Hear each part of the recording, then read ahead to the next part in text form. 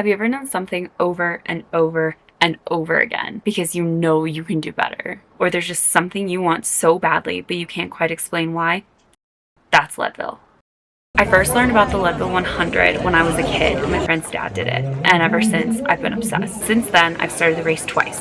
The first time, I was 7 weeks pregnant and puking all the way to mile 25 when I dropped. And last year was my genuine attempt to finish, and I was forced to decide between waiting out a lightning storm below the second summit of Hope Pass or try and run through. My choice to stay cost me the race, and I timed out at mile 64. So I have a lot to finish in these mountains. This is gonna be my 5th year running the Leadville Marathon, which is just crazy. No normal person does this. This race has completely shaped who I am as an athlete. It was like my first big real trail race, my first like big race in general that really meant something to me. And every year when I go back, I'm taking literally an hour or more off my time. And I just feel like there's so much left for me on that course that I just need to like focus and take. Last year I ran the Silver Rush 50 mile for the first time, and I went into that race pretty beat up. It's 2 weeks after the marathon, and I had already been struggling with foot problems, with just like general body breakdown issues. And when I started the 50, I knew it was gonna be hard. It took me 12 hours to finish. I was really down on myself for a really long time because I knew I could do better. And so this year we're gonna do better. So there are a few different ways to qualify for the Leadville 100, which if you haven't guessed, I'm trying to do. There are a few ways to qualify for the Leadville 100. Both times I have done so through the marathon. The best way to secure a spot for this race is to win your age group either in the marathon or the Silver Rush 50. So I'm gonna try to win my age group in the Silver Rush 50. For the next 15 weeks, I'm going to be training literally the hardest I have ever trained in my life and focus and really just like lock in so I can qualify again for the 100 because I gotta finish it.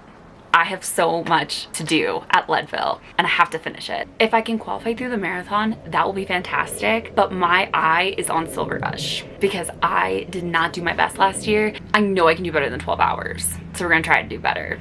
We're gonna do better. That's what we're focusing on. That's the big goal. So something I've been working on for a while is a spreadsheet of all of the top finishers. One of the ladies in my run group, she's incredible. She like made the spreadsheet for the marathon and I just like changed it to work for Silver Rush. So I put in the top 3 finishers for my age group and then overall women. So I'm able to see kind of like what pace I need to be aiming for and like at what time I should be aiming to get into each aid station at, if that makes sense. To like be safe, I think I need to do it in like 9 hours or less. In order to be top 50, I need to get probably 942. 942 is the 50th percentile, so if I want to get top 25 for the last 5 years has been an average of 8:49. That's the full course being about an 11 to 12 minute pace, which is absolutely crazy. And I know I'm insane for thinking I can do this, but I've done crazier things before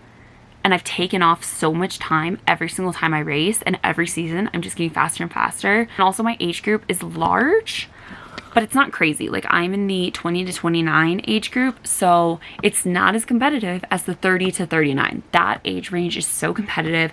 They're the fastest every year. So there's a little bit of hope for me right now. Just a little bit. I'm gonna do a hill workout and hope for the best.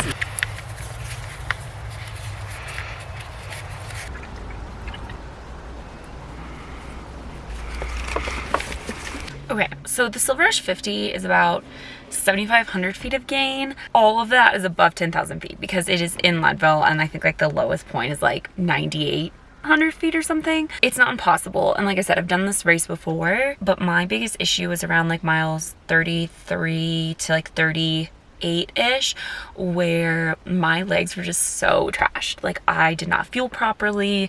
Like I've mentioned before, my body was breaking down, and I just feel like overall my body around that time kind of just tanked. Like it was just not good. I think starting that race in the condition I was in was not the best. I also, if I remember correctly, I think I had a sinus infection going into that race, so it wasn't the best. My body was just like already broken down, and so that final like climb towards the end just absolutely obliterated me. Right now I'm averaging about 30 miles per week and about 4,000 feet of vert. I'm able to get out there and do like a 20-mile long run and not have any issues. So I know that I'm already in pretty decent shape. Like I didn't lose too much fitness over winter. So I'm like, I'm in a solid starting spot. I'm not obviously where I need to be, but I'm doing okay. My goal for this training block is to hit like consistently 60 miles a week, if not more, and then doing something like 8,000 feet of climbing a week. We really need to like work on the elevation. And I've had really good success in the past doing back-to-back long runs. So like, you know, doing 20, 30 miles one day and then like 15, 20 the next day. Like I've done really well with that. So like this year we're really going to utilize that fairly frequently, as long as I'm recovering okay,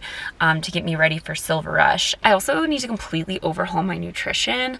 I am so bad at eating, like just so bad. Even like day to day, I'm just so bad at eating. And then on trail, on long runs, I don't eat very well. We're going to focus like crazy on nutrition, on eating, on trail, on making sure that we're consuming enough electrolytes, consuming enough calories, consuming enough fluids, like just making sure that I am eating enough, because I think that was a huge part of why Silver Rush went so poorly for me, was because I just like struggled to keep getting food in. And so by the time my body just like really started to shut down around like mile 35 or so, I was already like in a hole nutritionally, and my body was just like, we're done. I couldn't get anything in.